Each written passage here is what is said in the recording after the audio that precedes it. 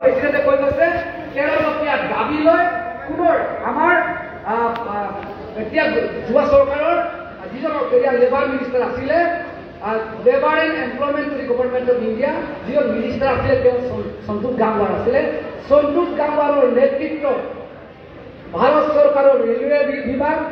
আৰু শ্ৰম বিভাগৰ মাজত আৰু ভাৰতীয় ৰেলৱে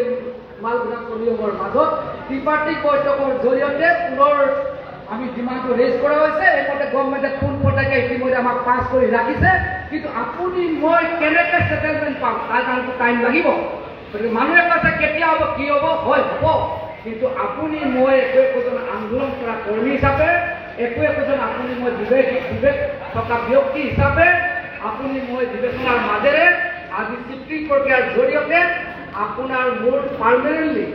ধৰক আজি কাতিবাহাৰৰ কথা কৈছে, কাতিবাহাৰৰ ভিতৰত কোন কোন স্থায়ীভাৱে আছে কাম কৰি আছে তেওঁলোকৰ তথ্য ইয়াত চাবমিট কৰা হ'ব আৰু তেওঁলোকক কি কৰিব আমাৰ বিশেষ কমিটিয়ে পোনপটীয়াভাৱে আপোনালোকক পৰীক্ষণৰ পৰা আৰম্ভ কৰি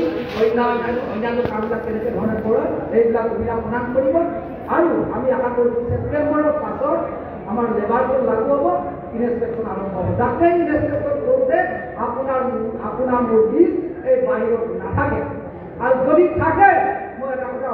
ক'বলৈ আছোঁ, যদি আপোনাৰ ভিতৰত নাহে আপুনি সংগঠনৰ আন্ধাৰ বা সংগঠনৰ ভিতৰত নাথাকে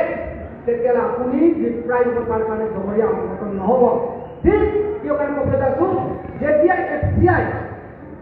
ফুড কৰ্পৰেশ্যন অফ ইণ্ডিয়া মজদুৰ ইউনিয়নে যেতিয়া আন্দোলন কৰিছিল যে